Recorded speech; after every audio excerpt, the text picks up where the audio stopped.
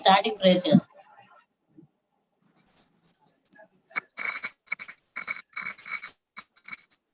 Hallelujah, hallelujah. Loving Heavenly Father, Lord, we praise your holy name. We lift up your holy name in this time, Lord. Thank you for giving this wonderful evening to gather in your name, to praise you, to worship you, to give thanks to your holy name. Lord, we believe every day you are speaking with us with your mighty words, and you are strengthening us, equipping us. Lord, you are establishing us in your word and faith, Lord. Lord, thank you for throughout the day you saved us. By your grace, we are here in your presence, Father. Lord, we commit each and every brothers, sisters gathering in this web, Lord, in this Zoom meeting. Lord, Father God, Holy Host, you take control over us. Speak with us. Give us oneness of mind, oneness of heart to worship your name, Lord, to sing praises to your holy name, Father. Thank you for your wonderful words you reserved for us today, Lord. Lord, use your servants mightily to glorify your holy name. Lord, not for us, Lord, let thy name be glorified and let your will be done in our life.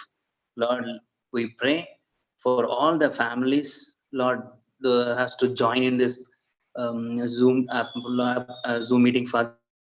Lord, we pray let all the obstacles, let all the disturbances come against the family members or believers to attend this meeting, Lord. Let it be removed in the name of Jesus. And you open the doors for all the families to join, to part, Lord, and take part in this Zoom meeting, and let them be blessed.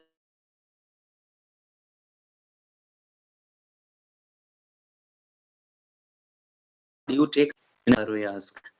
Amen, amen, amen. ఆమేన్. ఈ సమయంలో కొన్ని పాటలు పాడి ప్రభువుని స్తుతిద్దాం.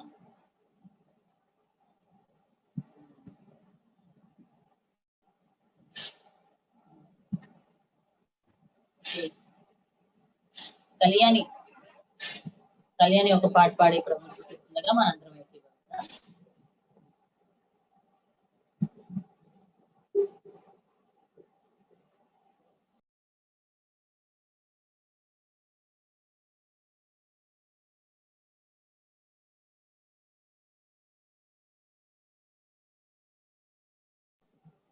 Okay.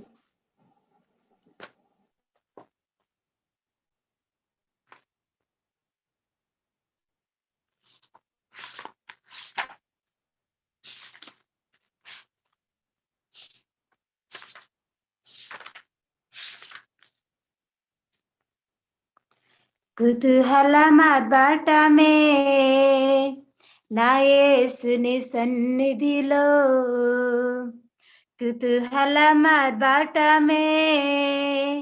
నా యేసుని సన్నిధిలో, ఆనందం ఆనందమే నా యేసుని సన్నిధిలో, ఆనందం ఆనందమే నా యేసుని సన్నిధిలో, కుతూహలమార్భాటమే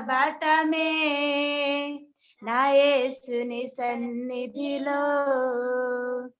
పాపమంత పోయెను, రోగమంత తొలగెను యేసుని రక్తములో, క్రీస్తునందు జీవితం, కృప ద్వారా రక్షణ పరిశుద్ధాత్మలో.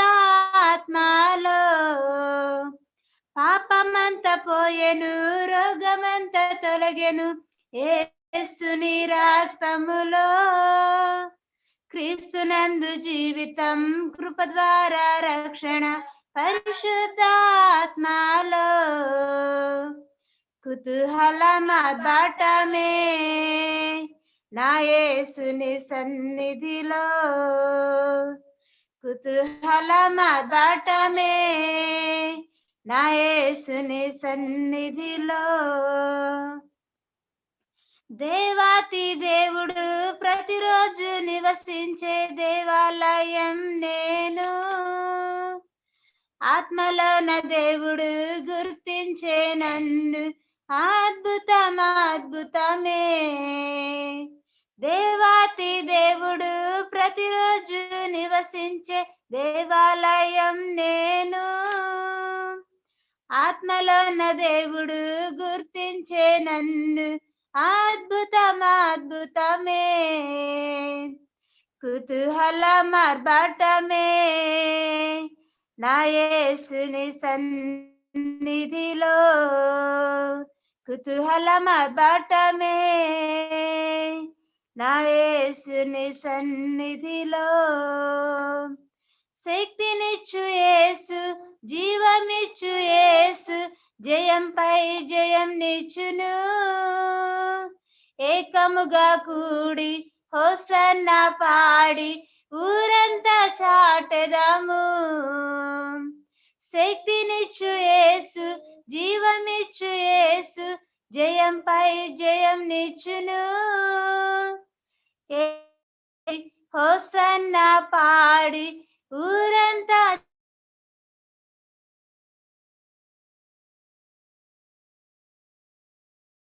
యేసుని సన్నిధిలో కుతూహలం ఆర్భాటమే, నా యేసుని సన్నిధిలో.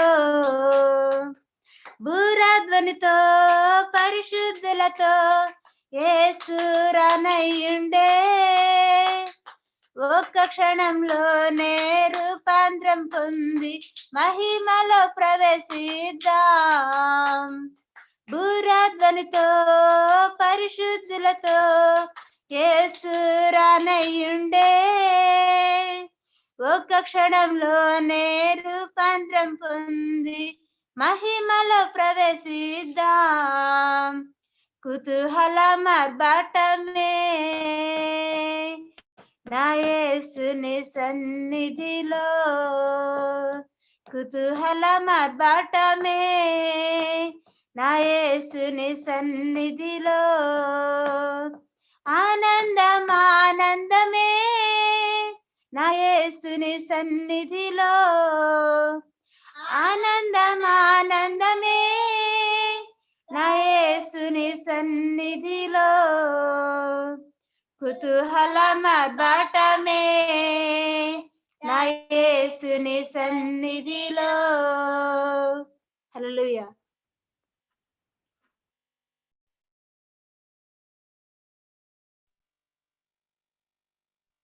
హల్లెలూయా.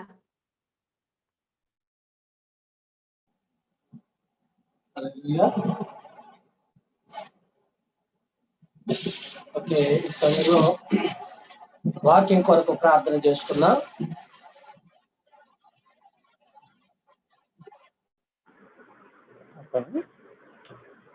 ఈ సమయంలో మరొక పాటను మనం పాడుకొని ఆ తర్వాత వాక్యంలోకి వెళదాం. రేషిత ఒక ప్రత్యేకమైన పాట పాడి ఈ సమయంలో ప్రభునామాన్ని మయంపరుస్తుంది. అందరం కూడా ఏకీభవిద్దాం. హల్లెలూయా, హల్లెలూయా. నా చిన్ని హృదయముతో నా గొప్ప దేవుని ఆరాధిద్దాం అనే పాట పాడుకుందాం. నా చిన్ని హృదయములో నా గొప్ప దేవునినే ఆరాధించదను. పగిలిన నా కుండను నా కుమ్మరి వద్దకు తెచ్చి బాగు చెయ్యమని కోరదను. నా చిన్ని హృదయములో నా గొప్ప దేవునిని ఆరాధించదను. పగిలిన నా కుండను నా కుమ్మరి వద్దకు తెచ్చి బాగు చెయ్యమని కోరదను. హోసన్నా హోసన్నా యూదుల రాజుకే.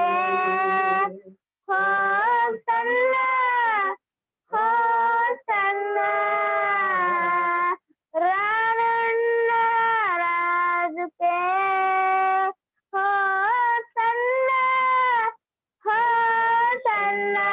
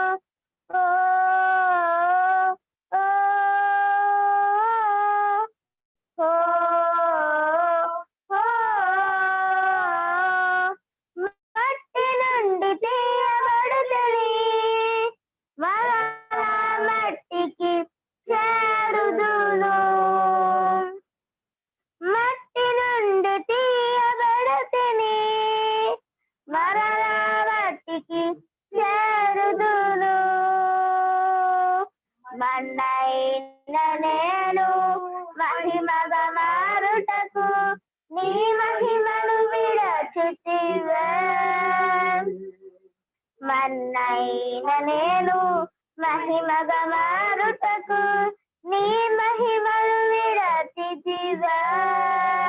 హోసన్నా హోసన్నా యూదుల రాజుకి హోసన్నా హోసన్నా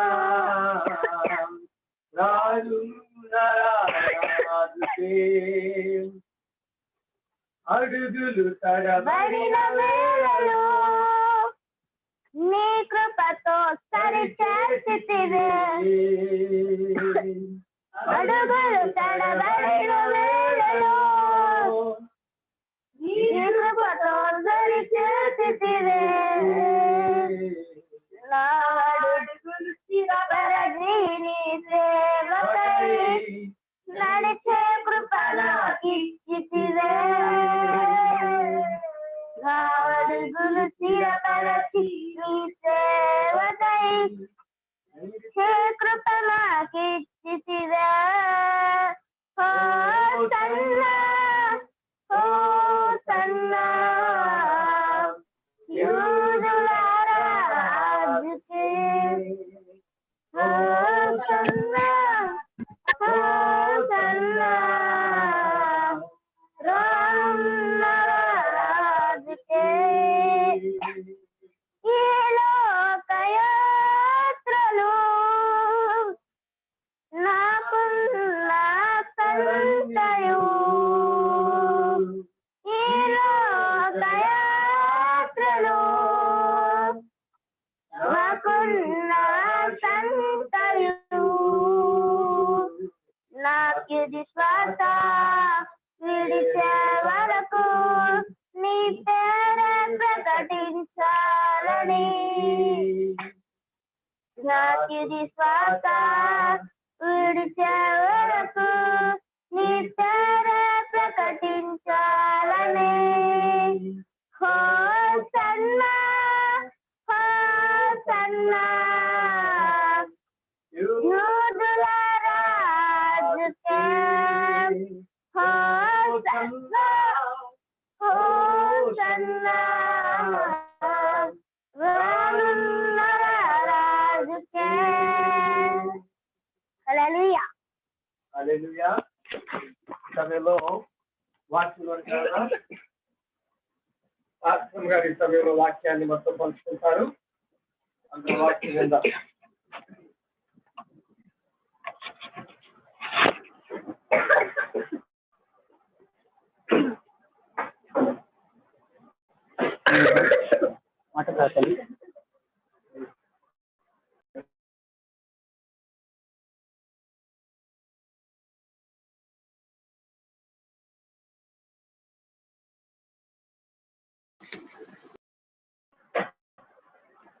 ఓకే, హల్లెలూయా. దేవుని పరిశుద్ధ నామానికి మహిమ కలుగును గాక.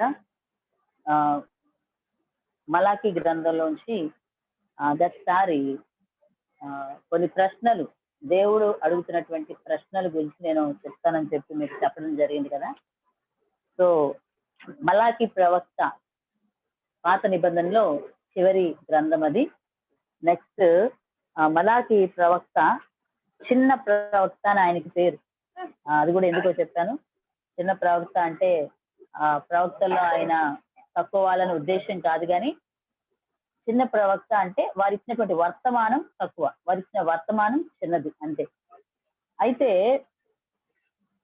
ఆయన మరి కొన్ని ప్రశ్నలు దేవుడే స్వయంగా మనుషుల్ని అడుగుతున్నట్లుగా ఉన్నటువంటి ప్రశ్నలు మనకి ఆ గ్రంథంలో కనిపిస్తాయి.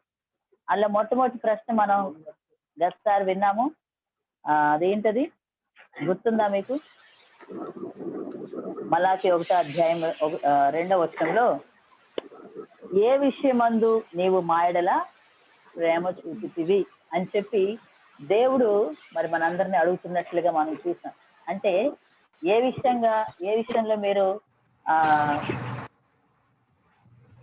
ప్రేమ చూపించారని చెప్పి దేవుడు ప్రశ్నిస్తాడు.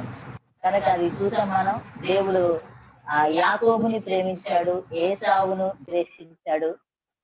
రీసౌండ్ వస్తుంది.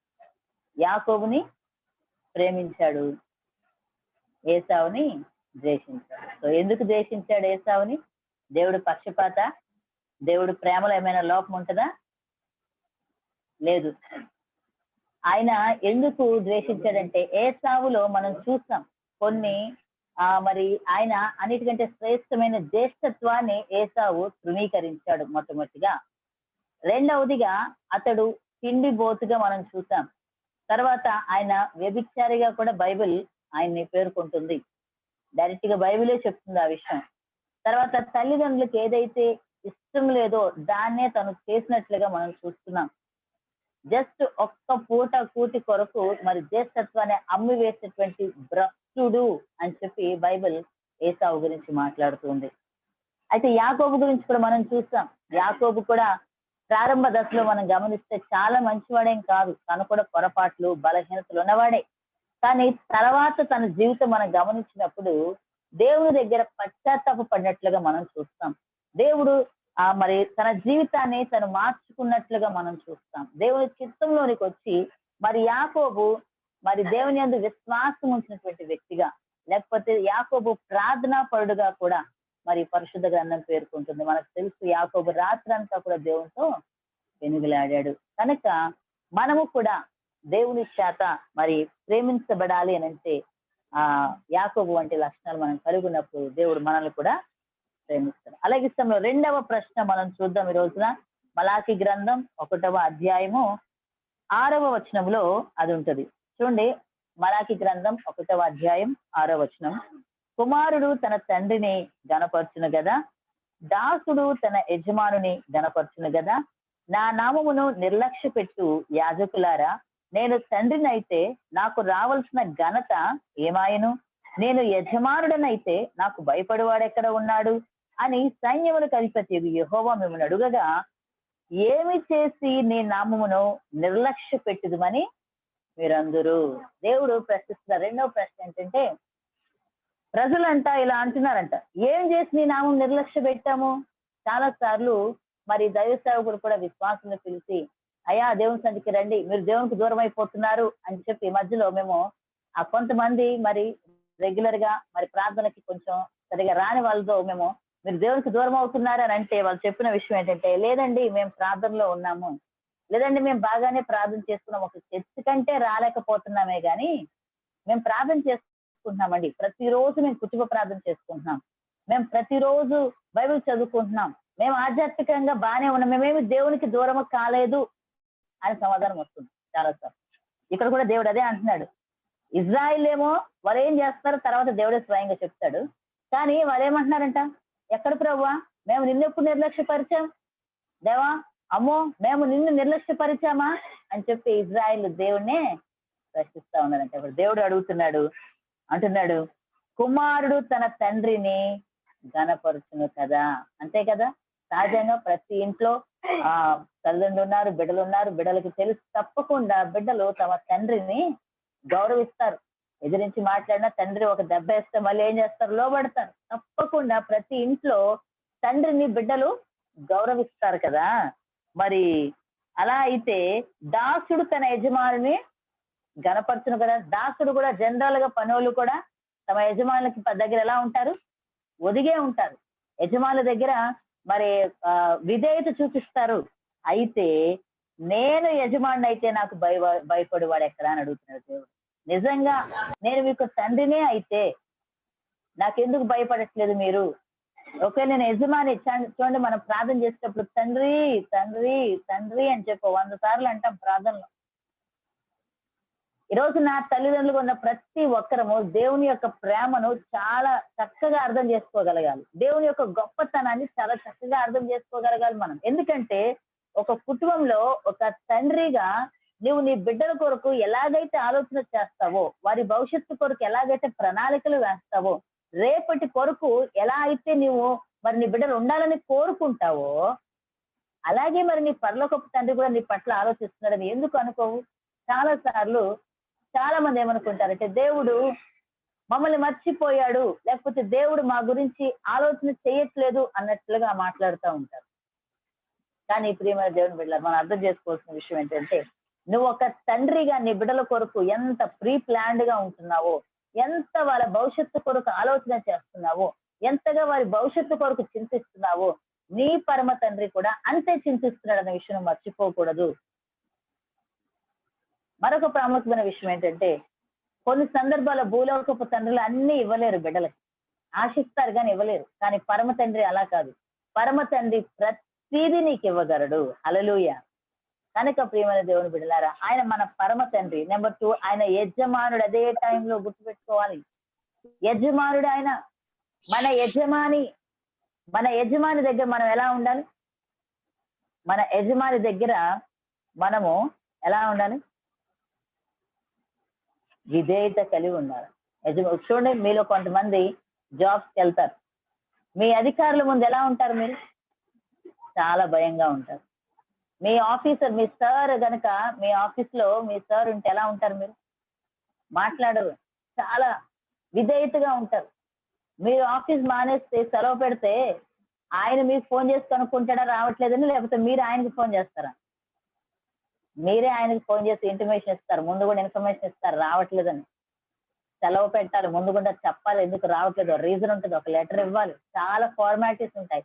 అవన్నీ చేస్తాం. ఎందుకు? దేవుని దగ్గరికి వచ్చేసరికి అవన్నీ చెయ్యం.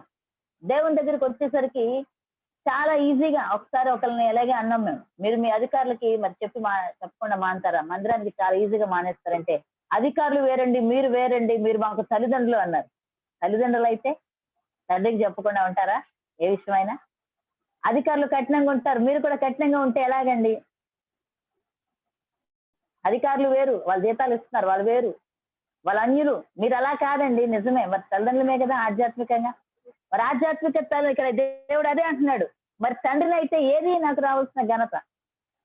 తల్లిదండ్రులుగా కూడా మరి ఇంటిమేషన్ ఇవ్వడం, ఇన్ఫర్మేషన్ ఇవ్వడం అనేది ప్రాముఖ్యమైన విషయం. సరే, అయితే అది మెయిన్ కాదు. కానీ ఇక్కడ దేవుడు ఏమన్నాడంటే, నేను యజమాని అయితే నాకు భయపడివాడే కదా అని సైన్యులకు అధిపతి యెహోవా మిమ్మల్ని అడుగగా ఏమి చేసి నిన్ను నిర్లక్ష్య పెట్టాము అంటే, కనీసము ఎందుకు నిర్లక్ష్య పెడుతున్నాం మేము దేవుణ్ణి అనే విషయం కూడా తెలుసుకోలేని పరిస్థితిలో కొంతమంది ఉంటున్నారు. దానికి దేవుడు ఎంత చక్కని సమాధానం ఇస్తున్నాడంటే, చూడండి 7వ వచనం, ఆ అర్పణ గురించి, అర్పణ విషయం దేవుడు ఇక్కడ మాట్లాడుతున్నాడు. మొట్టమొదటిగా, నా బలిపీఠం మీద అపవిత్రమైన భోజనమును మీరు అర్పించుచు ఏమి చేసిన అపవిత్ర పరిచితమని మీరందరూ. అది చూడండి, ఇజ్రాయెల్ అంట వాళ్ళు తెచ్చేటువంటి బలి అర్పణ అపవిత్రమైందంట.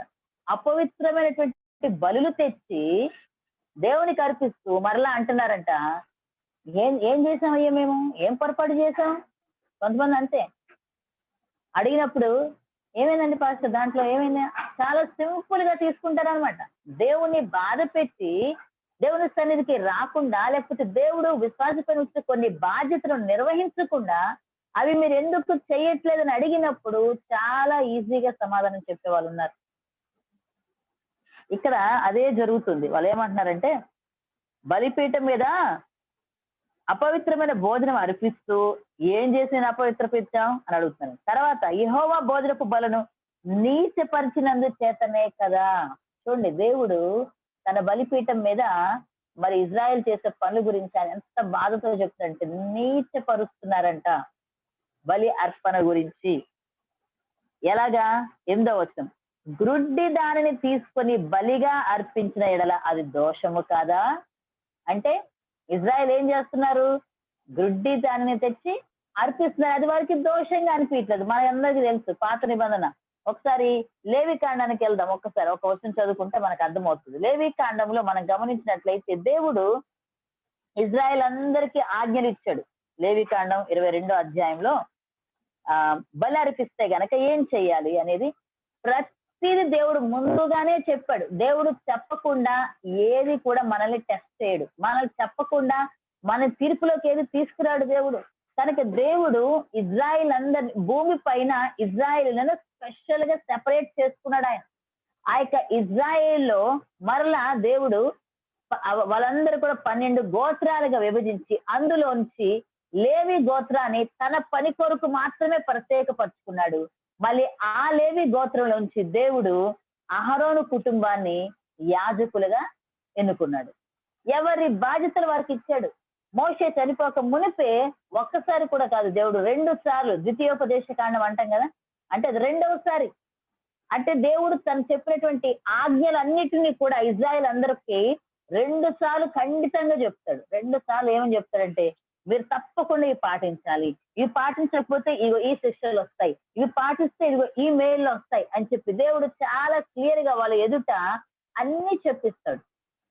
ఆ సందర్భంలోనే ఆయన బలి ఎలా ఇవ్వాలి, బలి ఇస్తే ఏ జంతువు తీసుకురావాలి, ఆ జంతువు ఎలా ఉండాలి, దాన్ని ఎలా బలి ఇవ్వాలి, ఈవెన్ ప్రతి చిన్న విషయం, దాన్ని ఎలా కట్ చేయాలి, ఆ యొక్క అవయవ భాగాలు ఎలా సెపరేట్ చేయాలి, దేన్ని అక్కడ అర్పించాలి, దేన్ని బయట పారేయాలి, చాలా జాగ్రత్తగా దేవుడు క్లియర్ గా అన్ని ఇస్తే మనం చూసినట్లయితే ఏం జరుగుతుంది, చివరి పుస్తకానికి వచ్చేసరికి అవన్నీ కూడా మరి దేవుడు చెప్పిన మాటలు అక్కడ ఎవరు పాటించట్లేదు.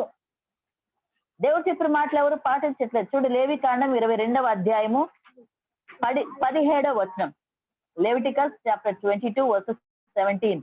మరియు యెహోవా మోషేకు ఇలాగు సెలవిచ్చెను, నీవు అహరోనుతోనూ అతని కుమారులతోనూ ఇజ్రాయిల్ అందరితోనూ ఇట్లు చెప్పుము, ఇజ్రాయిల్ ఇంటి వారిలోనే గాని ఇజ్రాయిల్లోనే నివసించు పరదేశులలోనే గాని ఎవడు యెహోవాకు దహన బలిగా స్వేచ్ఛార్పణములైనను మ్రొక్కుబళ్ళనైనను అర్పించునో వాడు అంగీకరింపబడినట్లు. ఎవరైనా ఒకవేళ బలి తీసుకొస్తే ఆ బలి గనుక దేవుడు అంగీకరించాలంటే వాళ్ళు ఏం చేయాలి, గోవులలో నుండి అయినను గొర్రె మేకలలో నుండి అయినను దోషము లేని మగదానిని అర్పింపవలెను. చూడండి, ఇది దేవుడు చెప్పాడు, దోషము లేనటువంటి మగదానిని అర్పించాలంట. తర్వాత దేనికి కలంకం ఉండునో దానిని అర్పింపకూడదు. కలంకం అంటే ఏంటి చూడండి, తాను రాస్తారు తర్వాత, అది మీ పక్షముగా అంగీకరింపబడదు. ఒకడు మ్రొక్కిబడిని చెల్లించకే గాని స్వేచ్ఛార్పణము అర్పించకే గాని సమాధాన బలి రూపముగా గోవునైనను గొర్రెనైనను మేకనైనను యెహోవాకు తెచ్చినప్పుడు అది అంగీకరింపబడినట్లుగా దోషము లేనిదై ఉండవలెను. దానిలో కలంకం ఏది ఉండకూడదు. ఏంటా కలంకం? 22, గ్రుడ్డిదేమి 1. ఒకవేళ అర్పించే బలి పశువు గ్రుడ్డిగా ఉండకూడదు. కుంటిదేమి అంటే కుంటి జంతువులు కూడా దేవునికి అర్పించడానికి అవకాశం లేదు. కొరత గలదేమి, అది ఏ విధమైనటువంటి కొరత ఉన్నా కూడా, ఏవైనా పుట్టినప్పుడు ఏవైనా అవయవ లోపాలతో పుడితే ఆ యొక్క జంతువును బలికి అది పనికిరాదు. గడ్డ గలదేమి, గజ్జి రోగము గలదేమి, చిరుగుడు గలదేమి, అట్టి వాటిని యెహోవాకు అర్పింపకూడదు. చూడండి, దేవుడు ముందుగానే ఇజ్రాయెల్ అందరికీ కూడా రూల్స్ రెగ్యులేషన్స్ ఇచ్చేశాడు. అయితే వాటిలో దేనిని బలిపీఠం మీద యెహోవాకు హోమము చేయకూడదు. కూరూపి అయినా కోడెనైనను గొర్రె మేకల మందలోని దానినైనను స్వేచ్ఛార్పణముగా అర్పింపవచ్చును గాని అది మ్రొక్కుబడిగా అంగీకరింపబడదు. విత్తులు నురిపిన దానినే గాని విరిగిన దానినే గాని చితికిన దానినే గాని కోయబడిన దానినే గాని యెహోవాకు అర్పింపకూడదు. మీ దేశములో అట్టి కార్యములు చేయకూడదు. పరదేశి చేతి నుండి అట్టి వాటిలో దేనిని తీసుకొని మీ దేవునికి ఆహారముగా అర్పింపకూడదు. అవి లోపము గలవి, వాటికి కలంకములుండును, అవి మీ పక్షముగా అంగీకరింపబడవని చెప్పుము. అలా మనం గమనిస్తే నిజంగా ఆ యొక్క లేవికాండం అంతా చదివితే చాలా రకరకాల బలులు, సమాధాన బలులు, దహన బలి, పశ్చాత్తాప బలి, ప్రాయశ్చిత్తార్థ బలి, చాలా బలుల గురించి అక్కడ మాట్లాడుతూ అందులో ముఖ్యముగా ప్రతి జంతువును కూడా లోపము లేని వాటిని అర్పించాలని దేవుడు చాలా ఖండితంగా ఆజ్ఞాపిస్తే ఏం జరుగుతుంది? ఇంతకీ అక్కడ వాళ్ళందరూ అంటే ఎలాంటి అర్పిస్తున్నారు? దేవుడే మాట్లాడవలసి వచ్చింది. ఇంకా మలాకి ప్రవక్తను లేవనెత్తుకొని దేవుడు మాట్లాడుతున్నాడు, మీరేం చేస్తున్నారు? గ్రుడ్డి దాన్ని తీసుకొచ్చి నాకు బలి అర్పిస్తున్నారు. అంటే దేవుడిచ్చిన ఆజ్ఞను వాళ్ళు పాటించట్లేదు. తర్వాత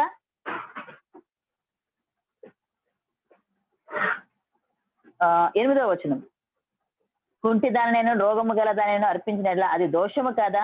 అట్టి వాటిని అధికారికి నీవిచ్చిన ఎడల అతడు నీకు దయ చూపున. దేవుడు ఎంత చక్కగా అడుగుతున్నాడు చూడండి. ఒకవేళ అది మీ అధికారికి ఇస్తావా? చూడండి, నిజంగా అధికారుల యొద్దకి ఎవరైనా వెళ్ళారు అనుకోండి, ఏదైనా గిఫ్ట్ తీసుకు వెళ్ళాలంటే ఎలాంటివి తీసుకెళ్తారు? ఒకటికి 10 సార్లు చెక్ చేస్తారు. ఒకటికి 10 సార్లు ఇది బాగుందో లేదో మరలా చూస్తారు. అమ్మో మా సార్కి ఇస్తున్నాను, మంచిది ఇవ్వాలి అనేటువంటి ఉద్దేశంతో మరి అధికారి దగ్గరికి వెళ్ళినప్పుడు చాలా జాగ్రత్తగా పరీక్షించుకుంటాం. అది ఎలా ఉంది, ఏమైనా బాగోకపోతే అధికారిని అవమానించినట్లు అయ్యిద్ది అని. మరి ఎందుకో దేవుని దగ్గరికి వచ్చేసరికి అలాగ ఆలోచించరు కొంతమంది. దేవునికి అంటే దేవుడు కనిపించడనో మరి ఏ కారణం చేతో తెలియదు, కానీ దేవునికి ఇచ్చేది మరి మనము డైరెక్ట్ గా ఇవ్వట్లేదు కదా. మందిరానికి తీసుకొచ్చి ఇవ్వడమో, దైవసేవకునికి తెచ్చి ఇవ్వడమో జరుగుతా ఉంది కదా. అందువలన మరి ఏ కారణం చేతో తెలియదు, కానీ చాలా సార్లు ఒకటికి 10 సార్లు అధికారికి ఇచ్చేది ఎలా ఉందని ఆలోచన చేస్తారు, కానీ దేవుని దగ్గరికి వచ్చేసరికి దేవునికి ఇచ్చే అర్పణ ఎలా ఉంది అని చెప్పి చాలా మంది కొంతమంది ఇలా కూడా అంటారు. దేవుడు మనం ఏదైనా కానుకలు ఇస్తేనే ప్రేమిస్తాడా, దేవుడు మనం డబ్బులు ఇస్తేనే ప్రేమిస్తాడా, దేవుడు మనం దశభాగాలు ఇస్తేనే ప్రేమిస్తాడా, లేకపోతే ప్రేమించడా, ఇలా అనుకునే వాళ్ళు కూడా ఉన్నారు. అందుకే దేవుడు క్లియర్ గా మాట్లాడుతున్నాడు ఇక్కడ. మలాకి ప్రవక్త ద్వారా ఆయన మాట్లాడుతూ ఏమంటున్నాడంటే, మీలో ఇలాంటివి మీ అధికారికి ఇస్తే అంటే చూడండి దేవుడు ఎంత చక్కగా మాట్లాడుతున్నాడంటే, ఒక్కసారి మీరు ఆలోచించండి, ప్రాక్టికల్ గా ఇదే పని మీ అధికారికి మీరు చేస్తారా? మరి నా మందిరానికి ఎందుకు, నేను ఆల్రెడీ మీకు చెప్పాను, ఎందుకు నాకు అలాంటి అర్పణ మీరు చేస్తున్నారు? అలాంటి అర్పణ తేడం కాకుండా ఇంకా ఏం చేస్తున్నారంట, ఏడుస్తున్నారంట. చూడండి 9వ వచనం, దేవుడు మనకు కటాక్షము చూపినట్లు ఆయనను శాంతిపరచుడి, మీ చేతనే కదా అది జరిగెను. ఆయన మిమ్మును బట్టి ఎవరినైనా అంగీకరించునా ఆయన సైన్యములకు అధిపతి యెహోవా అడుగుచున్నాడు, మీలో ఒకడు నా బలిపీఠం మీద నిరర్ధకముగా అగ్ని రాజబెట్టకున్నట్లు నా మందిరపు వాకిళ్లను మూయివాడు ఒకడు మీలో ఉండిన ఎడల. దేవుడు ఏమన్నాడంటే, మీరు తెచ్చే బలుల కన్నా ఆ మందిరపు ద్వారాలు మూసేసేవాడు ఒకడు ఉంటే బాగుంది అంటున్నాడు. అంటే ఎంత దేవునికి కోపం వచ్చిందో చూడండి దేవుని బిడ్డారా, ఎంతగా దేవుడు విసుగు చెందిపోయాడంటే, ఆ మందిర ద్వారాలు మూసేసినా బాగును, నేను భరించలేకపోతున్నాను అంటున్నాడు. నిజమే కదా. చాలా సార్లు ప్రియమైన దేవుని బిడ్డలారా, నూతన నిబంధనలోకి వచ్చేసరికి మనకి ఈ బలులన్నీ తీసివేయబడ్డాయి. ఒక వైపు నుంచి ఆలోచన చేస్తే ఈ బలులన్నీ యేసు ప్రభు రూపంలో చెల్లించబడ్డాయి. నిర్దోషమైన బలిగా, ఏ లోపము లేనటువంటి మరి బలిగా మన కొరకు యేసు ప్రభు వారు బలైపోయారు. యేసు ప్రభు వారు మన పాపాల నిమిత్తం ఆయన రక్తము కార్చి మరి ఏ పాపము లేకుండా, గుడితనము లేదా ఆధ్యాత్మిక గుడితనం అనేది లేకుండా, ఆయన ఎముకల్లో ఒక్కటి కూడా విరిగిపోలేదు. ప్రతిదీ కూడా ప్రవచన పూర్వకంగా యేసు ప్రభువులో నెరవేర్చబడింది. సహజంగా శిలువ మీద వేలాడదీసినప్పుడు కొంతమంది అదే రోజు చనిపోతుంటారు, కొంతమంది 2-3 రోజుల వరకు చనిపోరంట. అలాంటి పరిస్థితుల్లో ఏం చేస్తారంటే, వాళ్ళని ఒకవేళ మరుసటి రోజు కనుక శనివారం అయితే యూదులకి మరి అది విశ్రాంతి దినం కనుక ఆ రోజు ఏం చేయరు కనుక ఏం చేస్తారంటే ఆ మోకాళ్ళ లేకపోతే కాళ్ళ దగ్గర నరికేస్తారంట. నరికేసినప్పుడు ఇంకా శరీరంలో ఉన్న రక్తం అంతా వెళ్ళిపోయి వాళ్ళు అక్కడ చనిపోతారు.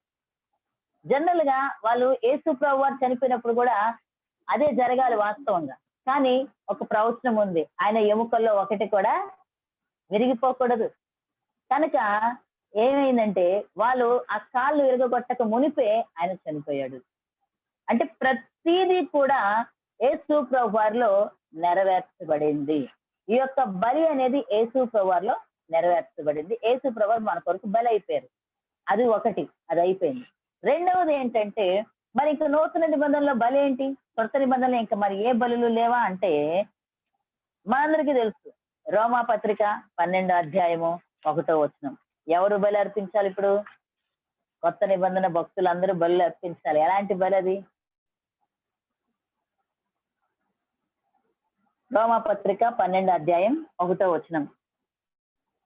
కాబట్టి సహోదరులారా, పరిశుద్ధమును దేవునికి అనుకూలమునైన సజీవ యాగముగా మీ శరీరములను ఆయనకు సమర్పించుకొనడని దేవుని వాత్సల్యమును బట్టి మిమ్మల్ని బతిమాలు కొనుచున్నాను. ఇట్టి సేవ మీకు యుక్తమైనది.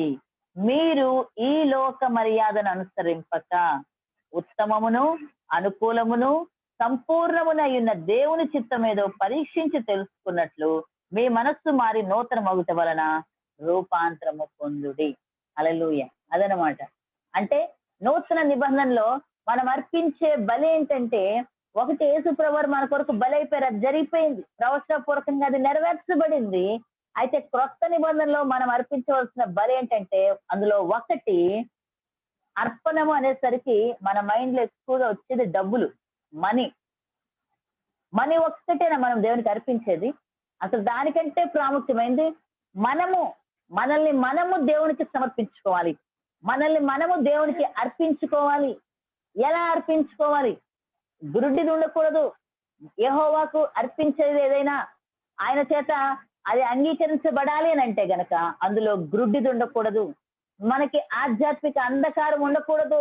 మన మనోనేత్రాలు తెరవబడ్డాయి, యేసు ప్రభువారు రక్షకుడని మనం గుర్తించినప్పుడే మనకు మనోనేత్రాలు తెరవబడ్డాయి. కానీ ఇంకా కొంతమంది ఆధ్యాత్మిక గురుడితనంలోనే ఉంటారు. ఆధ్యాత్మిక గుడితనం నుంచి బయటికి రారు. యేసు ప్రభువారి రక్షకుడిగా అంగీకరిస్తారు, ఇంకా అంతే. ఇంకా తర్వాత ఆధ్యాత్మిక విషయాలు వేటిని కూడా చూడలేరు, దూరదృష్టి ఉండదు, దేవుని కార్యాలు గ్రహించలేరు. ఏది దేవుని కార్యము, ఏవి మాన్యం, అందుకే అన్నాడు కదా కింద, ఉత్తమమైనది ఏదో, అనుకూలమైన ఏది ఉత్తమమో వాళ్ళకి తెలియదు.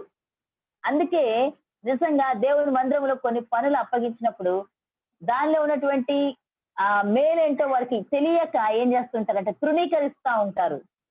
దేవుని మందిరంలోనే కొన్ని వారికి అప్పగిస్తున్నప్పుడు ఎలా చూస్తారంటే దాన్ని గుడ్డితనం, తెలియనటువంటి తనం, ఆధ్యాత్మికంగా మరి గుడ్డితనం, తెలుసుకోలేనటువంటి పరిస్థితిలో కొంతమంది ఉంటారు. మనోనేత్రాలు వెలిగించబడడానికి దావీదు ప్రార్థన చేస్తాడు, అయ్యా నా యొక్క మనోనేత్రాలు నీ యొక్క పరిశుద్ధ గ్రంథంలో ఉన్నటువంటి వాటి గోడమైన సంగతులు తెలుసుకోవడానికి నాకు సహాయం చేయి అంటారు. వాక్యం చదువుతూనే ఉంటారు కొంతమంది, కానీ గ్రహింపు ఉండదు, తెలుసుకోలేరు నూతన విషయాలు. గుడ్డితనం అనేది మనకు ఉండకూడదు. ఆధ్యాత్మిక గుడ్డితనం నుంచి మనం బయటికి రావాలి. ఏదైనా లోపముతో ఉన్నటువంటి జంతువును దేవుడు అంగీకరించడు, ఇష్టపడడు. నిన్ను నీవు కూడా దేవునికి బలిగా అర్పించుకునేటప్పుడు, లేకపోతే దేవుడు నిన్ను అంగీకరించాలి, నువ్వు చేసే ఆరాధన దేవుడు అంగీకరించాలంటే, నీ జీవితాన్ని దేవుడు అంగీకరించాలంటే, నువ్వు ఇచ్చేటువంటి కానుకలను దేవుడు అంగీకరించాలంటే, దేవుని కొరకు నువ్వు ఏది చేస్తున్నావో దానిని దేవుడు అంగీకరించాలంటే నువ్వు ఆధ్యాత్మికంగా తెలుసుకొని ఉండాలి. ఏంటంటే దేవునికి ఏది ఇష్టమో, ఏది ఉత్తమమైంది పరీక్షించాలంట, ఏది అనుకూలము. కొంతమందికి తెలియదు దేవుని చిత్తం ఏంటో, గ్రహించరు. దేవుడు ఎంతగా వారికి చెప్తా ఉన్నా, వాక్యం ద్వారా మాట్లాడుతూ ఉన్నా ఇంకా ఇది నాకు కాదు ఈ వాక్యం అనుకుంటారు. నేను ఎప్పుడు చెప్తా ఉంటాను, దేవుని మందిరానికి రాని వాళ్ళకి దేవుడు మాట్లాడు వాళ్ళతో. అంటే ఆ రోజున నీవు మందిరానికి వెళ్ళావు, లేకపోతే ఈ జూమ్ ప్రేయర్ లోకి నువ్వు వచ్చావు, లేకపోతే నీవు లైవ్ ప్రోగ్రామ్ కి అనుకోకుండా నువ్వు వచ్చావు, వాక్యం వినిపిస్తుంది, ఏదో వాక్యం దేవుడు మాట్లాడుతున్నాడు. వెంటనే ఏమంటారంటే ఇది నాకు కాదు, ఇది మా ఆయనకి, ఆయన ఉంటే బాగుంది ఈ టైంలో. లేకపోతే ఎంత మంచి ఈరోజు వాక్యం ఈ రోజున వచ్చిందంటే నిజంగా మా ఇంటి పక్కన వాళ్ళు వింటే బాగుండేది అనుకుంటారు కొంతమంది. నిజంగా వాళ్ళు ఉండాల్సింది, భలే చెప్పాడు ఆయన వాక్యం, నిజంగా వాళ్ళు వింటే చాలా బాగుండేది అనుకుంటారు కొంతమంది. నేను అంటాను, వాళ్ళ కోసం అయితే దేవుడు వాళ్ళు ఉన్నప్పుడు మాట్లాడేవాడు, నువ్వు వచ్చినప్పుడు ఎందుకు మాట్లాడుతున్నాడు దేవుడు? నువ్వే లైవ్ లోకి వచ్చినప్పుడు, నువ్వే జూమ్ ప్రేయర్ లోకి వచ్చినప్పుడు, నువ్వే ఆదివారం మందిరానికి వెళ్ళినప్పుడు దేవుడు నీతో మాట్లాడుతున్నాడంటే దేవుడు నిన్ను ఉద్దేశించి మాట్లాడుతున్నాడు తప్ప ఎవరినో ఉద్దేశించి కాదు. దేవుని వాక్యం వస్తున్నా కూడా స్వీకరించలేని పరిస్థితిలో ఉంటారు కొంతమంది. వాక్యం అంతా విని ఒక భర్త అంటే ఇంటికి వెళ్ళి ఎప్పుడు అనేవాడంట, ఈ రోజు పాస్టర్ వాక్యం అంతా నీ గురించే చెప్పారే, విను నీ గురించే చెప్పారు అని చెప్తా ఉంటాడంట ఒక భర్త. దేవుని బిడ్డలారా, ఆ భర్తకు అవసరమైన వర్తమానం దేవుడు ఆ భర్తకి ఇస్తాడు, భార్యకు అవసరమైన వర్తమానం భార్యకి ఇస్తాడు. అంతేగాని ఇద్దరు వెళ్తే దేవుడు ఒకరితో మాట్లాడేం పంపించడు. ఆయనకి అన్నీ తెలుసు, అందరితోనూ ఆయన మాట్లాడగలడు. అన్ని రకాల ప్రజలకు అవసరమైనటువంటి వర్తమానం ఆయన ఒకే పులిపిట్ నుంచి ఇవ్వగలడు. చిన్నబిడ్డలతో మాట్లాడతాడు, యవనస్తులతో మాట్లాడతాడు, పురుషులతో మాట్లాడతాడు, స్త్రీలతో మాట్లాడతాడు. దేవుని వాక్యం అంత శక్తివంతమైంది. సో ఇక మనం అర్థం చేసుకోవాల్సిన విషయం ఏంటంటే ఆ యొక్క గుడ్డితనంలోంచి బయటికి రావాలి. నిన్ను నీవు సజీవ యాగముగా దేవునికి సమర్పించుకున్నప్పుడు, నువ్వు కళ్ళు మూసుకుని ఆరాధన చేస్తూ ప్రభువా అని చెప్పి నువ్వు చెప్పినప్పుడు దేవుడు నీ యొక్క ఆరాధన అంగీకరించాలనంటే నీ యొక్క గుడ్డితనం మనలో ఉంటే అది అంగీకరింపబడదు. గుడ్డి జంతువును దేవుడికి అంగీకరించడానికి కుదరదు. Should not have that blindness, spiritual blindness, గ్రహించలేని స్థితి, ఆధ్యాత్మికంగా కనీసం ఎంత దూరం వెళ్ళిపోయామో కూడా తెలుసుకోలేని స్థితి. సంసోను జీవితంలో అదే జరిగింది. గొప్ప బలం ఇచ్చాడు దేవుడు సంసోనికి, చాలా జ్ఞానం ఇచ్చాడు సంసోనికి. ఆయన ప్రవచన పూర్వకంగా చెప్పబడి మరి ఆయన జన్మించాడు. ఎంత బలం అండి, అసలు ఎవరికి లేదు అలాంటి బలం. కానీ ఆ దెలీలా మరి తన తొడపైన పడుకోబెట్టుకుని ఆ యొక్క తన పైన ఉన్న జుట్టంతా తీసివేసిన తర్వాత రాయబడి ఉంటది, ఆయన అనుకున్నాడంట ఎప్పటిలాగా నేను విరజిమ్ముదును అనుకున్నాడంట. చూడండి, అంటే అట్లీస్ట్ తను దేవుని ఆత్మ, యెహోవా ఆత్మ అతనిని ఎడబాసినని అతడు ఎరుగకుండెను అనుంది బైబిల్లో.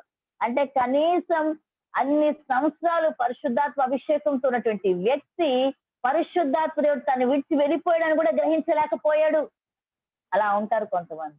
నేను ఇంకా దేవునికి ప్రియంగానే ఉన్నాను, దేవునికి నేను బానే ఉన్నాను, నేను ఆ ప్రేయర్ఫుల్ గానే ఉన్నాను, పర్వాలేదు అని భ్రమలో బ్రతుకుతూ ఉంటారు.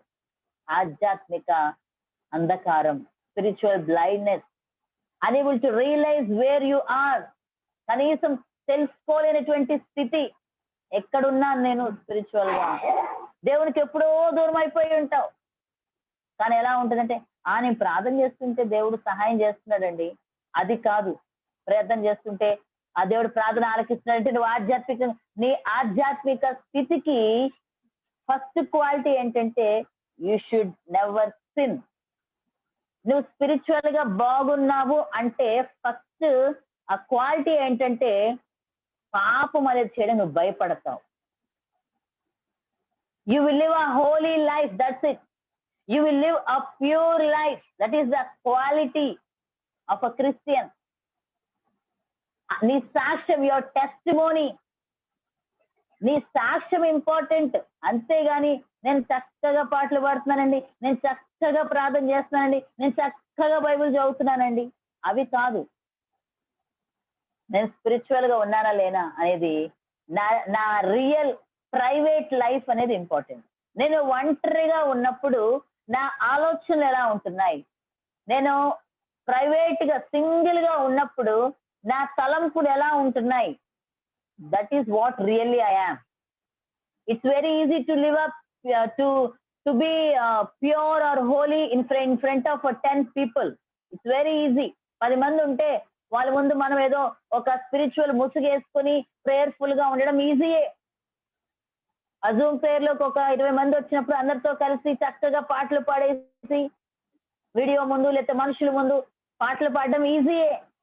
బట్ నేను సింగిల్ గా ఉన్నప్పుడు అప్పుడు రియల్ వర్షిప్ అనేది రావాలి. How I am when I'm single, when nobody else is there, when nobody are looking at me, what is my that is the real life, that is the real person who I am. నువ్వు single గా ఉన్నప్పుడు నువ్వు చేసే పనులు నువ్వేంటో తెలియజేస్తావు. కనుక ప్రియమైన దేవుని బిడ్డలారా, నువ్వు చేసే ఆరాధన దేవుని సందుకి వెళ్ళాలనంటే నీ టెస్టిమోనీ అనేది చాలా ఇంపార్టెంట్. నీ సాక్ష్యం ఇంపార్టెంట్. నువ్వు ఎలా ఉన్నావు? మందిరానికి వచ్చినప్పుడు వెరీ ఈజీ, పాటలు పాడడం ఈజీ, వాక్యం చేయడం ఈజీ, ప్రేయర్ చేయడం ఈజీ. కానీ బయటికి మార్కెట్ కు వెళ్ళాను, అక్కడ మోసం చేసే అవకాశం నాకు వచ్చింది, అప్పుడు నా టెస్టిమోనీ బయటపడుతుంది, అప్పుడు నా రియల్ స్పిరిచువాలిటీ బయటపడుతుంది. నేను మాట్లాడుతున్నాను, అబద్ధం చెప్పవలసిన పరిస్థితి వచ్చింది, అప్పుడు నీ రియల్ స్పిరిచువాలిటీ బయటకు వస్తుంది. నువ్వు ఒక జాబ్ హోల్డర్, ఒక పెద్ద ఆఫీసర్వి, నీ సబార్డినేటర్స్ దగ్గర నువ్వు ఎలా ఉంటున్నావు, వాళ్ళు ఎలా ట్రీట్ చేస్తున్నావు, వాళ్ళని మోసం చేసే ఛాన్స్ వచ్చింది నీకు, ఎలా చేస్తున్నావు. కొన్ని రాంగ్ రాయొచ్చు, నువ్వు తప్పుడు మార్కింగ్స్ చేసి కొంచెం అమౌంట్ నీకు వచ్చే అవకాశం ఉంది. అక్కడ నీ రియల్ స్పిరిచువాలిటీ బయటపడుతుంది. నీ రియల్ హోలీ లైఫ్ అనేది అక్కడ బయటపడుతుంది. నీ భర్త నిన్ను ఎంతో నమ్మాడు, లేకపోతే నీ భార్య నిన్ను ఎంతో నమ్మింది. తను మోసం చేసి ఒకవేళ నువ్వు ఏదైనా పాపం పనులు నువ్వు నిమగ్నమై ఉంటే గనక అది నీ రియల్ టెస్టిమోనీ అనేది అక్కడ బయటపడుతుంది. ఏ దేవుని బిడ్డలు అందుకే అంటున్నాడు, సజీవ యాగంగా మీ శరీరాలు సమర్పించుకోండి. శరీరం అంటే ఏమొస్తుంది? మన కళ్ళు. మన కళ్ళని దేవునికి సమర్పించాలి. ఎలా? ఈ కంటితో ఏం చూడాలి మరి? ఈ కంటితో చూడకూడనివి ఎన్నో చూస్తాం. ఈ కంటితో ఈ రోజున ఇంకా ఈ లాక్డౌన్ పరిస్థితులు ఎక్కువగా మొబైల్స్ కి మనం ఎక్కువగా అతుక్కుపోయి, టీవీస్ కి అతుక్కుపోయి ఫిలిమ్స్ చూడడం వాళ్ళు ఎవరైనా ఉన్నారా? చెప్పండి. చేతులు ఎత్తొద్దు. మీ మనసులో ఒకసారి టెస్ట్ చేసుకోండి. సినిమాలు చూడకుండా ఎంతమంది ఉంటున్నారు? ఇంకేముంది, మన సాక్ష్యం అక్కడే పోయింది.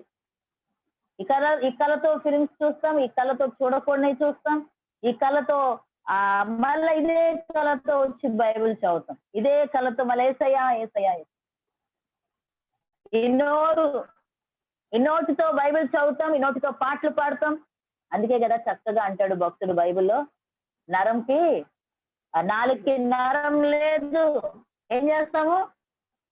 ఇది ఒకే నోట్లోంచి చెడ్డ మాటలు వస్తాయి, దేవుని స్తుతించే మాటలు వస్తాయి. ఆశ్చర్యం అది. కానీ ఎక్కడ ఏ నీటి ఓట్లో మీరు చూడండి, చేదు నీరు మంచి నీరు రాదు. కానీ అదేంటో మన నోట్లోంచి మాత్రం వస్తాయి. స్తుతి వస్తుంది, తిట్లు కూడా అంతే మధురంగా వస్తాయి. స్తుతి వస్తుంది, అబద్ధాలు కూడా ఈ నోటి నుంచే వస్తాయి. స్తుతించడం వస్తుంది, ఇతరులను డిస్కరేజ్ చేయడం కూడా ఈ నోట్లోంచే వస్తుంది. నువ్వు ఎలా అర్పించగలవు దేవునికి అర్పణ? లోపము లేని అర్పణ అడుగుతున్నాడు దేవుడు. యెహోవా అంగీకరించడు. నువ్వు లోపముతో you should be perfect, that's it. లోపముతో నువ్వు చేసే స్తుతి ఆయన అంగీకరించడు. మన శరీరం అంటే ఇంకా చేతులు వస్తాయి. చేతులతో ఏం చేస్తాం? ఇదే చేతులతో బైబిల్ పట్టుకుంటాం, ఇదే చేతులతో లంచాలు తీసుకుంటారు, ఇదే చేతులతో పరపురుషుని భార్యను కూడా ముట్టుకుంటుంటారు, ఇదే చేతితో ఇంకా ఎన్ని చేస్తా ఉంటాం. మనం పరీక్షించుకోవాలి మన చేతుల్ని. మన చేతులు, నువ్వు దేవుని మందిరానికి వచ్చి చేతులెత్తి, అందుకే పరిశుద్ధమైన చేతులెత్తి ఆరాధన చేయమన్నాడు. ఎందుకు? ఆ చేతులు ఎత్తడం దేనికి గుర్తుగా ఉంది? ఐ సరెండర్, అంటే నేను నీకు లోబడిపోతున్నాను, వెళ్ళిపోతున్నాను నేను అంటున్నారు. చేతులు ఎత్తి దేవుని దగ్గర ధైర్యం ఉండాలి దేవుడి చేతులు ఎత్తాలంటే. ఎందుకంటే మీ చేతులు రక్తము వలె ఎర్రగా ఉన్న నేను పరిశుద్ధ పరుస్తానన్నాడు దేవుడు. సో ఆ యొక్క జంతువులో చిన్న లోపమున్న యెహోవాకి అర్పిస్తే ఒప్పుకోడు, అది అపవిత్రమైన బలి అంటున్నాడు. How dare you are to offer an unholy sacrifice. Night అంతా ఫిలిమ్స్ చూసి ఎర్లీ మార్నింగ్ చర్చికొచ్చి ప్రభువా అని ఆరాధిస్తా ఉంటే అని అంటాడు, యు ఆర్ అన్హోలీ మ్యాన్. ఆ యొక్క సాక్రిఫైస్ నేను అంగీకరించలేను. మన కాళ్ళు, శరీరం అంటే మన కాళ్ళు వెళ్ళకూడని ప్రదేశాలకి వెళ్ళడం, సినిమా హాల్స్ కి వెళ్ళడం, వ్యభిచార గృహాలకి వెళ్ళడం, బార్స్ కి వెళ్ళడం, మరలా మందిరానికి రావడం. మీ యొక్క శరీరాలు సజీవ యాగముగా ఆయనకు సమర్పించుకోమని బతిమాలుకుంటున్నాను అంటున్నాడు పౌలు. ఎందుకంటే ఇట్స్ వెరీ హార్డ్, కష్టం, బట్ స్టిల్ నేను రిక్వెస్ట్ చేస్తున్నా అంటాడు. పౌలుకి ఏమంత అవసరం? ఎందుకంటే ఎంత కష్టపడి మనం మన శరీరాన్ని దేవునికి సమర్పించుకోకపోతే అది ఆ అర్పణ దేవుడు అంగీకరించడే. దేవుడు అంగీకరించడం అర్పణ, అది క్లియర్ గా ఉంది. మనం చదువుకున్నాం ఇందాక, గుడ్డిదైనా సరే, కలంకం ఉన్నదైనా సరే, లోపం ఉన్నదైనా సరే, శరీరంలో ఏది కుంటిదైనా సరే, నువ్వు ఏది అర్పించడానికి వీలేదు యెహోవాకి. మరి నిన్ను నీవు అర్పించుకునేటప్పుడు కూడా అవిటితనం, ఆధ్యాత్మిక అవిటితనం, చేతులు పరిశుద్ధ, చేతులతో నువ్వు ఇచ్చేది కూడా, నువ్వు చేతులతో దేవునికి ఇచ్చేది, అది ధనమైనా సరే, ఈవెన్ డబ్బులు కూడా, లంచం డబ్బులు తీసుకొచ్చి ఇవ్వద్దు దేవునికి, వద్దు. మోసం చేసి సంపాదించే డబ్బులు వద్దు. కొంతమంది అందులో దేవునికి మళ్ళీ వాటా వేస్తా ఉంటారు అనవసరంగా. దేవుణ్ణి పాలుభాగస్తులు చేస్తా ఉంటారు అందులో. అన్యాయంగా సంపాదించి దాంట్లోంచి తెచ్చి దేవునికి ఇవ్వడం. ఇష్టపడ్డ దేవుడు అటువంటి వాటిని నీ కష్టార్జితం నుంచి తీసుకొచ్చి సంతోషపడతాడు. అంతేగాని అన్యాయంగా సంపాదించి తెచ్చి ఇచ్చిన ఆయన ఇష్టపడ్డు. నేను ఎక్కువ ఇచ్చానని నువ్వు చెప్పుకుంటావేమో కానీ దేవునికి ఇష్టం ఉండదు. అది ఆయన అంగీకరించడు. ఫస్ట్ ఆఫ్ ఆల్ ధనము, ఈవెన్ ఆ ధనములో కూడా ఎలాంటివి ఇవ్వాలి? దేవునికి శ్రేష్టమైన ఇవ్వాలి. కొంతమంది తిరిగిపోయిన నోట్లు, నలిగిపోయిన నోట్లు, లోపాలను ఆయన ఇష్టపడే హీ డోంట్ యాక్సెప్ట్ దెమ్. ఇస్తే దేవునికి శ్రేష్టమైన ఇవ్వు. Give your best offering. If not stop giving, no problem. అపవిత్రపరచొద్దు, అదే అంటున్నాడు దేవుడు. నా బలిపీఠాన్ని, నా యొక్క బలిపీఠాన్ని మీరు అపవిత్రతతో నింపకండి అంటున్నాడు. ఆయనకి ఇష్టం ఉండదు, ఆయన యాక్సెప్ట్ చేయడు. దాన్ని నువ్వు తెచ్చిచ్చినా కూడా యాక్సెప్ట్ చేయడు, నిన్ను కూడా యాక్సెప్ట్ చేయడు. ఆయన యాక్సెప్ట్ చేయాలనంటే it has to be perfect, పరిశుద్ధంగా ఉండాలి. కనుక ప్రియమైన దేవుని బిడ్డలారా, ఇక్కడ 2 మిస్టేక్స్ మెయిన్ ఇజ్రాయెల్ చేసిన మిస్టేక్స్ రెండింటి దేవుడు చెప్తాడు. ఏంటంటే, ఒకటి, అన్య జనులు వివాహం చేసుకున్నారు. వీళ్ళు అన్య స్త్రీలను వివాహం చేసుకున్నారు వీళ్ళు. తర్వాత సమయంలోకి అన్ని చదివించేటది, కానీ చాలా ఉంటాయి, చాలా చక్కగా ఉంటాయి. ఆ పాత నిబంధనలోకి వెళ్ళి మనం ప్రతిదీ గనక తీసుకున్నామంటే నిజంగా చాలా డీప్ గా చాలా విషయాల్లో మన లోపాలు కనిపిస్తాయి. కంటి గుడ్డితనం అంటే మన కంట్లో ఉన్న నలుసు తీయకుండా, మన కంట్లో ఉన్న దూరం తీసుకోకుండా ఇతరుల కంట్లో ఉన్న నలుసు తీయడానికి ట్రై చేస్తూ ఉంటామని చెప్తాడు యేసయ్య. అసలు వాస్తవంగా చెప్పాలంటే వేరే వాళ్ళ కంట్లో నలుసు లేదు, నీ కంట్లో దూలం ఉంది. చూడండి, మనం వేరే వాళ్ళు చూసినప్పుడు ఏమైంది? మన కంటి పాప వాళ్ళ కనిపిస్తుంది కదా. సో మన దూలం వాళ్ళ కంట్లో ఎలా కనిపిస్తుందంటే, ఆ యొక్క రిఫ్లెక్షన్ వాళ్ళ కంట్లో ఏదో ఉన్నట్టు కనిపిస్తుంది. వాస్తవంగా వాళ్ళ కంట్లో ఏమి లేదు, ప్రాబ్లం మన దగ్గరే ఉంది. మన కంట్లో దూలమే వాళ్ళని చూస్తున్నప్పుడు వాళ్ళ కంట్లో నలుసులాగే కనిపిస్తుంది అనమాట. అది అప్పుడు మనం ఏం చేస్తాం? చూసి, బ్రదర్ నీ దూలం ఉంది, నలుసు ఉంది, తీసేసుకో అంటున్నాం. కాదు, మన దగ్గర ఉంది దూలం ఫస్ట్. ఇదే చాలాసార్లు ఏం చేస్తా ఉంటామంటే, ఎదుటి వ్యక్తిలో ఉన్నటువంటి లోపాలని మనం ఎప్పుడూ చూస్తూ ఉంటాం. నేను ఎప్పుడు చెప్తాను, చూడండి, ఒక ఫింగర్ తో మనం ఫ్రంట్ కి చూపించామనుకోండి, పాయింటింగ్ ఫింగర్ తో, మిగతా 3 ఫింగర్స్ ఎవరు చూపిస్తున్నాయి? నన్నే చూపిస్తున్నాయి. ఒక వ్యక్తి వైపు నేను ఒక వేలు పెట్టి చూపిస్తున్నాను అనుకోండి, మిగిలిన 3 ఫింగర్స్ నన్ను చూపిస్తున్నాయి. నువ్వు ఎదుటి వ్యక్తిని ఒక వేలు పెట్టే చూపిస్తున్నావు, కానీ మిగిలిన 3 ఫింగర్స్ నిన్నే చూపిస్తున్నాయి. That other 3 fingers are pointing towards you only. First you check yourself. So ప్రియమైన దేవుని బిడ్డలారా, దేవుడు మలాకి గ్రంథం నుంచి మనల్ని ప్రశ్నిస్తా ఉన్నాడు. ఏమని ప్రశ్నిస్తున్నాడంటే, ఏం చేసినా నిర్లక్ష్య పెట్టామంటున్నారుగా. చాలా సార్లు విశ్వాసులు అంటూ ఉంటారు, ప్రార్థన చేస్తున్నామండి, దేవుడు సహాయం చేయట్లేదండి, చాలా అన్యాయం చేస్తున్నాడండి దేవుడు, లేకపోతే చాలా దేవునికి బ్లేమ్ చేస్తా ఉంటారు, దేవుడికి వ్యతిరేకంగా మాట్లాడుతుంటారు. అప్పుడు దేవుడు ఇప్పుడు క్లియర్ గా అంటున్నాడు, ఎలాగయ్యా మీరు నన్ను నిర్లక్ష్యపరుస్తున్నారు? అయ్యో లేదండి, ఎవ్రీ సండే చర్చికి వెళ్తున్నామండి, మేము ఎందుకు నిర్లక్ష్యపరుస్తున్నాం? మేము దేవుడు అంటే చాలా భక్తి, మేము ఎవ్రీ సండే కంపల్సరీగా చర్చికి వెళ్తాం, కంపల్సరీగా టైప్స్ మేము పే చేస్తాం, అసలు చాలా మేము స్పిరిచువల్ గా ఉంటాం. అప్పుడు దేవుడు అంటున్నాడు, అవునా, నాకు అది కాదు కావాల్సింది, అది సెకండరీ. నేను ముందు నీ టెస్టిమోనీ చూస్తాను, నేను ముందు నీ హృదయాన్ని చూస్తాను. First I will look at your heart.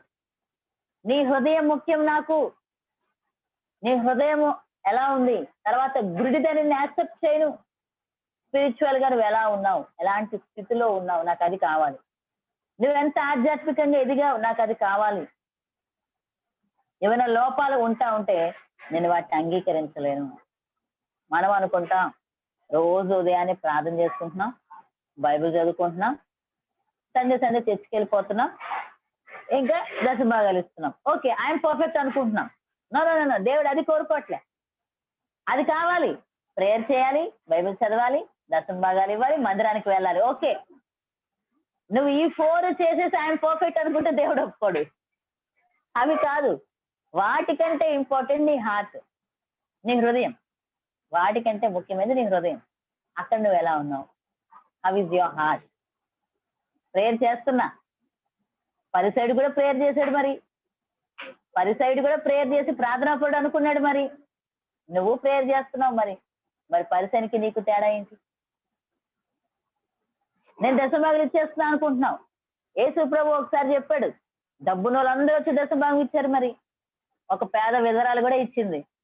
కానీ దేవుడు ఎవరిది లెక్కలో తీసుకున్నాడు? పేద విధవరాలు ఇచ్చింది తీసుకున్నాడు. అంటే నువ్వు దశభాగం ఇచ్చేసా, నువ్వు పర్ఫెక్ట్ కాదు అక్కడ. అది నువ్వు తెలుసుకోవాలి ఫస్ట్. ఇంకా దేవుడు ఏం చెప్పాడు? రోజు పేరు, దశభాగం, తర్వాత ప్రార్థన. సబ్బాతును పాటించేసేసారు ఎవరు? పరిసయ్యులందరూ, యూదులందరూ, అందరూ మనకంటే నిష్ట వాళ్ళు. కానీ వాళ్ళందరిని ఏమన్నాడు దేవుడు? అయ్యో కొరాజీన, అయ్యో బెత్సాయిదా, సున్నం కొట్టిన సమాధులారా అన్నాడు. సున్నం కొట్టిన సమాధులు ఎవరినన్నాడు దేవుడు? ఎవరు ఉద్దేశించన్నాడు యేసు ప్రభు వారు? పరిసయ్యులు, శాస్త్ర, they are the teachers of law.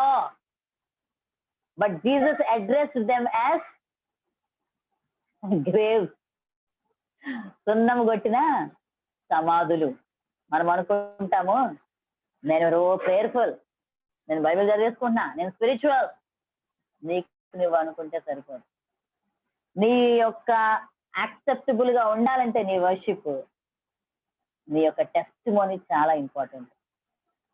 So మన ప్రైవేట్ లైఫ్ చాలా ఇంపార్టెంట్. కనుక మనం మారడానికి ఇష్టపడదాం. దయచేసి దయచేసి దయచేసి బ్రతిమాలుకుంటున్నాను అంటున్నాడు పౌలు. మనం మారడానికి ఇష్టపడదాం. ఇన్వర్డ్ గా, inside, deep inside from our heart. Let's start changing from deep inside our heart. మన హృదయంలోంచి మనం మార్చబడడానికి ఇష్టపడదాం. మనం మారుదాం. మన కంటి చూపును మార్చుకుందాం. మన నోటి మాటలు మార్చుకుందాం. మన క్రియలు మార్చుకుందాం. మంచి పర్ఫెక్ట్ బిలీవర్స్ కొంతమంది, చక్కటి క్రిస్టియన్స్, సంవత్సరాల కొద్ది మందిరానికి వెళ్ళి చక్కగా ప్రార్థన చేస్తారు, ఆచారాలు కూడా చక్కగా పాటిస్తారు. ఏం మారావు ఇంకా నువ్వు? సూపర్ స్టిషన్స్ ఏవి మారరు.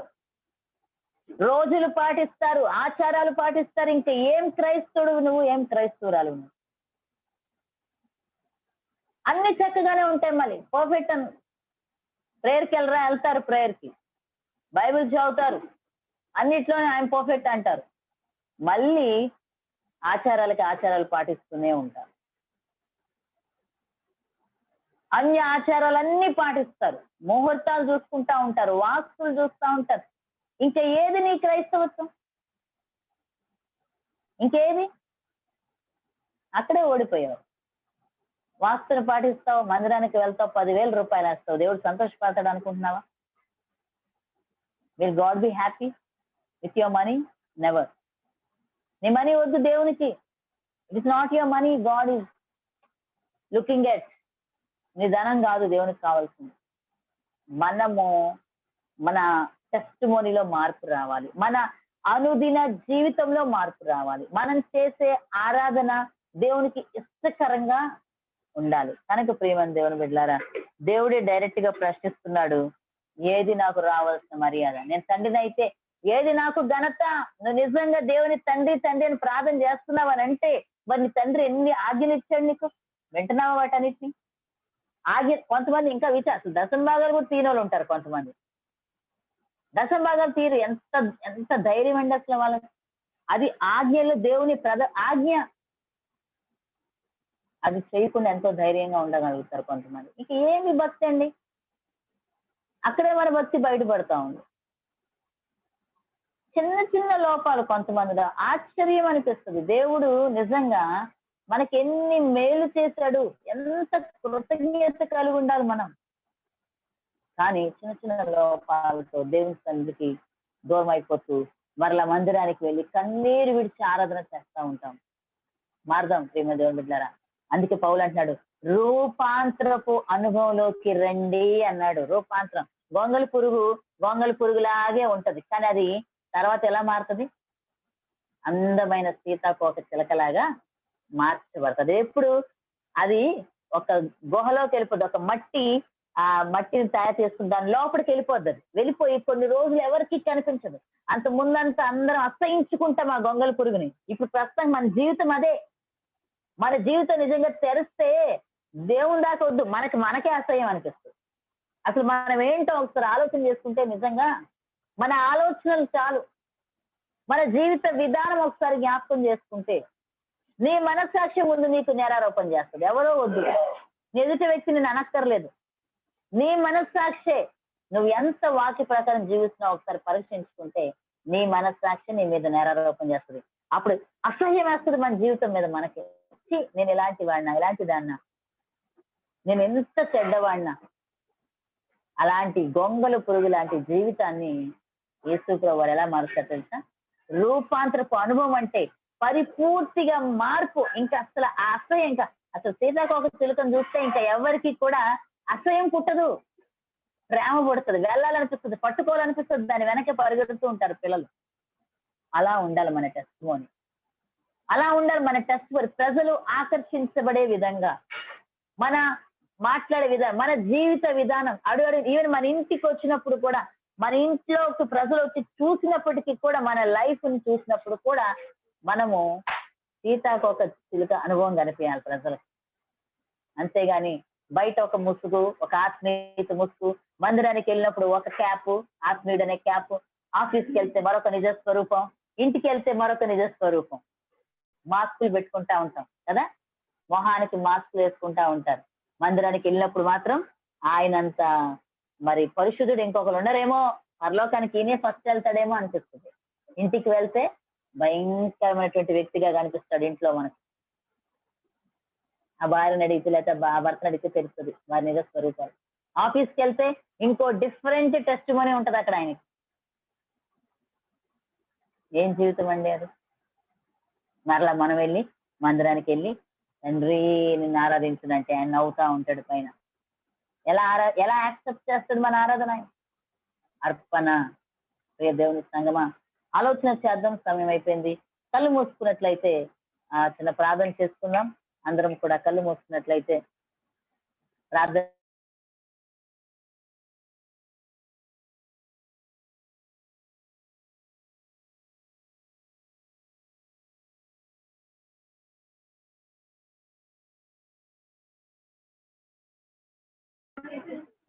చిన్న ప్రార్థన చేసుకుందాం కళ్ళు మూసుకొని అందరం కూడా.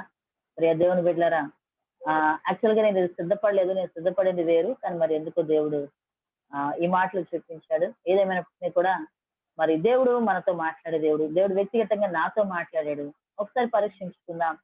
నిజంగా మనం ఒక ప్రార్థన చేసి బైబిల్ చదువుకొని మందిరానికి వెళ్ళి దశభాగం చెల్లించి నేను ఆధ్యాత్మికంగానే ఉన్నానులే అనే భ్రమలో ఉంటే నువ్వు పొరపాటు పడ్డావు. దేవునికి అవసరమైంది నీ యొక్క వ్యక్తిగత జీవితం. కేవలం బాహ్యంగా కనిపించేది మాత్రమే కాదు, నీ అంతరంగములో నుంచి కూడా నువ్వు పరిశుద్ధంగా జీవించాలని దేవుడు ఆశపడుతున్నాడు. ఎలా ఉంది మన జీవితం? ఒకసారి పరీక్షించుకుందాం. రూపాంతరపు అనుభవంలోకి మనం వెళ్దాం. ఇంకా ఎంతకాలం ఈ గొంగళి పురుగుగానే ఉంటాం? ఎంతకాలం ఈ అసహ్యకరమైనటువంటి, ఎంతకాలం ప్రజల ముందు వేషధారణ జీవితం? మార్పు చెందుదాం, మార్చుకుందాం, దేవునికి ఇష్టంగా మారదాం. మనల్ని మనం దేవుడు అంగీకరించేటువంటి యాక్సెప్టబుల్ వర్షిప్ లాగా. మన మాట తీరు ఎలా ఉంది? నేను మాట్లాడే విధానం ఎలా ఉంది? అసలు ప్రజల ముందు ఎలా మాట్లాడుతున్నాను నేను? ఒకసారి ఆలోచన చేద్దాం. యేసు ప్రభువు ఎలా మాట్లాడమని చెప్పాడు, నేను ఎలా మాట్లాడుతున్నాను? హల్లెలూయా. పరీక్షించుకుందాం. ప్రియ దేవుని బిడ్డలారా, ప్రార్థన చేసుకుందాం.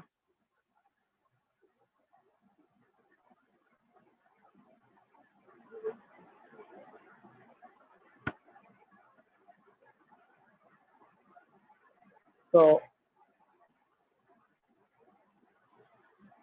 ప్రార్థన చేద్దాం. హల్లెలూయా. పాస్టర్ గారు ప్రార్థన చేస్తుండగా మనందరము కూడా ఒక్కసారి మీ మనసులో పరీక్షించుకోండి. ప్రియ దేవుని బిడ్డలారా, ఎలా ఉన్నాం మనం?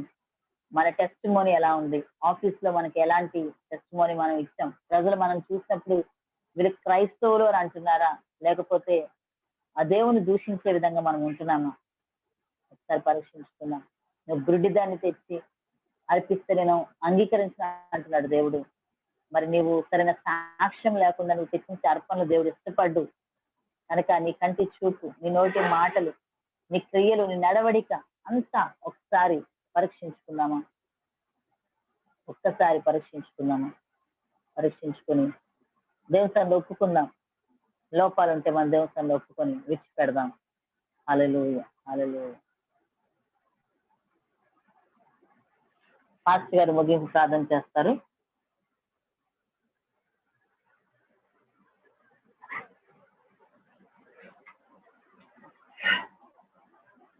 మెసేజ్ పెట్టే నాకు అర్థం కాల.